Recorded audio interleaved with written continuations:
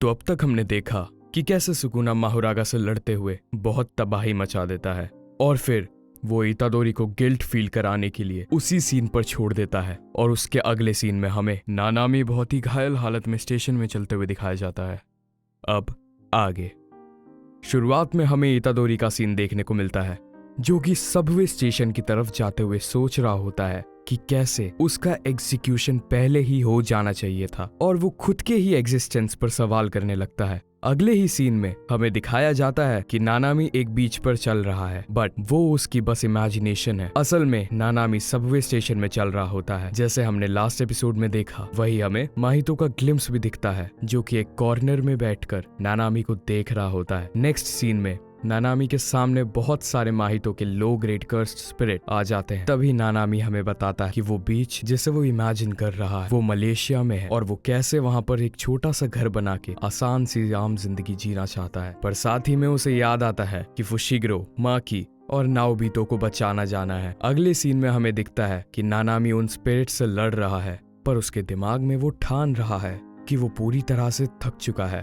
तभी अगले सीन में माहितो नानामी के पीछे आ जाता है और उसकी पीठ पर हाथ रख देता है। उसी समय इतादोरी वहां जल्द से जल्द पहुंचता है और वो नानामी और माहितो को स्टेशन के दूसरे हिस्से से देखता है।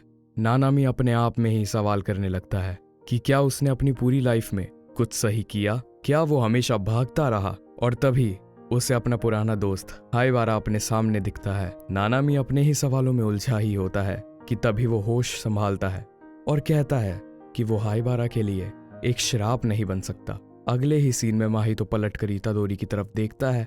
दूसरी तरफ इतादोरी नानामी और माहितो की तरफ कदम बढ़ाता है इस घबराहट में कि वो अब एक और साथी को खो ना बैठे। अगले ही सीन में हाइबारा इतादोरी और नानामी की तरफ इशारा करता है और नानामी एक आखिरी मुस्कान देते हुए इतादोरी से कहते हैं कि अब बाकी का काम वो उसके ऊपर छोड़ रहा है। तभी माहितो कर्स्ड स्पिरिट टेक्निक से नानामी को मार देता है। अब इतादोरी हैरानी से ये सब बस देख रहा होता है। उसके अंदर एक साथ इतने इमोशंस एक साथ फूटे कि वो कुछ रिएक्ट ही नहीं कर पाया। आखिरकार यूजी अपनी सेंसेस में आता है और माहितो से चिल्लाते हुए पूछता है कि माहितो ने आखिर ये क्यों किया। उसके जवाब में माहितो उसका मजाक उड़ाते हुए सेम वॉइस टोन में बोलता है कि मैं बहरा नहीं हूं, मैं सुन सकता हूं, तो आराम से बोलो। तभी इतादोरी माहितो की तरफ पागलों की तरह चिल्लाते हुए खून भरे स्टेशन में माहितो की तरफ भागता है। तभी माहितो अपनी स्पिरिट मैनिपुलेशन से एक बैरियर क्रिएट करता है बट इतादोरी उसे तोड़ने में हेजिटेट करता है क्योंकि उसे मालूम है कि उस स्पिरिट के पीछे एक इंसान है। तभी माहितो बैरियर के पीछे अपनी टेक्निक सोल मल्टीप्लिसिटी का यूज करके इतादोरी पर हमला करता है जिससे इतादोरी स्टेशन के एक छोर से दूसरे पर पहुंच जाता है। माहितो इतादोरी को अपनी टेक्निक में बिजी रखकर उसके करीब पहुंच जाता है और उसे पंच करता है। इतादोरी उस अटैक से संभलता ही है कि तभी माहितो फिर से करीब आ जाता है और इतादोरी के चेहरे पे वार करता है पर इतादोरी सही समय पे उसे डॉज करके माहितो के वार को अच्छे से न्यूट्रलाइज कर देता है। अगले सीन में माहितो अपने हाथ का ब्लेड दिखाते हुए बोलता है कि अगर इतादोरी अच्छे से खड़ा रहता तो वो उसके चेहरे को इस ब्लेड से अच्छे से अलग कर सकता था। इतादोरी उससे पूछता है कि आखिर क्यों माहितो लोगों की जान लेता है। इस पर माहितो उसका मजाक उड़ाते हुए उसे बोलता है कि अगली बार से वो लोगों को गिन कर मारेगा। आगे माहितो इतादोरी से कहता है कि जैसे जैसे इतादोरी फालतू का मुंह चलाएगा वो भी वैसे ही उसे जवाब देगा क्योंकि वो दोनों एक जैसे ही हैं।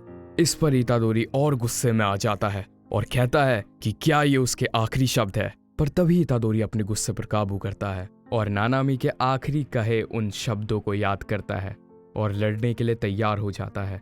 तभी माहितो फिर से अपनी टेक्निक यूज करता है जिससे उस जगह पर मौजूद कर्स्ड स्पिरिट फैलकर इतना बड़ा हो जाता है कि माहितो और यूजी सबवे के एक साइड में दब जाते हैं। पर उस छोटी सी जगह में वो एक दूसरे की तरफ बढ़ते रहते हैं और हैंड टू हैंड कॉम्बैट पर आ जाते हैं जिसमें यूजी माहितो को ओवरवेल्म करने लगता है। कुछ ही समय बाद वो स्पिरिट उस पूरे एरिया को कवर कर लेता है। फिर यूजी और माहितो उस स्पिरिट के बीच में से निकलते हैं जहां माहितो राउंड 2 शुरुआत होने की घोषणा करता है। थोड़ी देर के बाद हम देखते हैं कि माहितो अपने बॉडी का शेप शिफ्ट करके यूजी पर भारी पड़ रहा है। उसके दौरान यूजी माहितो के एक सोल मैनिपुलेशन को तोड़ देता है जिससे माहितो पीछे हट के स्टेशन के दूसरे हिस्से में भाग जाता है। यूजी जैसे ही उसका पीछा करता है तभी उसे दो इंसान खड़े हुए दिखते हैं जो कहते हैं कि यहाँ से तुम जल्दी निकल जाना, यहाँ बहुत सारे मॉन्स्टर्स घूम रहे हैं। यूजी उन इंसानों के पास जाता है और उनसे बोलता है कि अभी शिबुया में कोई जगह सेफ नहीं है। तभी यूजी के पीछे वाले आदमी के मुंह से एक कर्स्ड स्पिरिट का हाथ निकलता है और उस पर हमला कर देता है। माहितो उसी आदमी के अंदर से निकलता है और अपने पीछे वाले आदमी को अपनी टेक्निक से उसे एक तलवार में बदल देता है।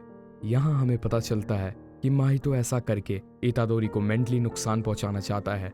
अगले सीन में हम देखते हैं कि माहितो जोगो, टैगन और चोसो स्टेशन में किसी जगह पर इंसानों को अब्सॉर्ब कर रहे हैं। वही माहितो कहता है कि उसका स्टोरेज पूरा भर चुका है तो वो अब इतादोरी को मारने के लिए ढूंढ सकता है, जिस पे जोगो ऑब्जेक्शन करता है, पर माहितो जोगो को नीचा दिखाकर भाग जाता है। भागते भागते माहितो अपना एक डबल बनाता है और उसे स्टेशन के ऊपर रहने को बोलता है, जहाँ उसे नोबारा मिलती है। जहाँ नोबारा उसे पहचान जाती है तभी उसे याद आता है कि माहितो की टेक्निक सोल से रिलेटेड है, इसीलिए वो माहितो को उसे छूने नहीं दे सकती। अगले सीन में नोबारा माहितो पर अपनी कर्स्ड टेक्निक यूज करती है, पर माहितो उसे बताता है कि नोबारा की कर्स्ड टेक्निक उसके ऊपर काम नहीं करेगी। माहितो आगे सोचता है कि शायद ये लड़की यूजी की जानने वाली है और वो उसे मार के यूजी की सोल को और कमजोर बना सकता है।